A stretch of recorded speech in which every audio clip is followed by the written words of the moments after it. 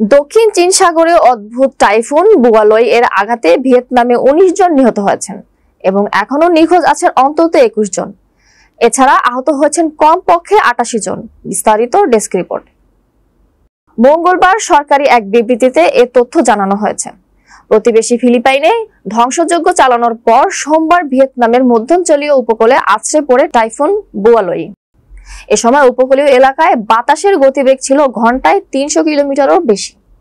পাশাপাশি ঝড় আছড়ে পড়ার ২৪ ঘন্টা আগ থেকেই ভিয়েতনাম জুড়ে ভারী বর্ষণ শুরু হয়েছিল। ঝড়ে সবচেয়ে বেশি ক্ষয়ক্ষতি হয়েছে দেশটির মধ্যাঞ্চলীয় এনগেএন এবং হাতিন প্রদেশের।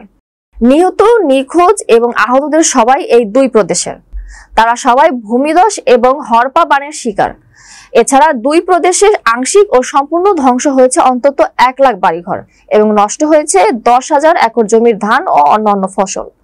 সোমবার ঝড়ের সময় বিদ্যুতের খুঁটি উপড়ে যাওয়ার কারণে ভিয়েতনামের মধ্যাঞ্চলের অনেক এলাকায় বন্ধ হয়ে যায় বিদ্যুৎ সরবরাহ। এখনো বিদ্যুৎ পরিষেবা পুরোপুরি স্বাভাবিক হয়নি বলে জানানো হয়েছে সরকারি বিবৃতিতে।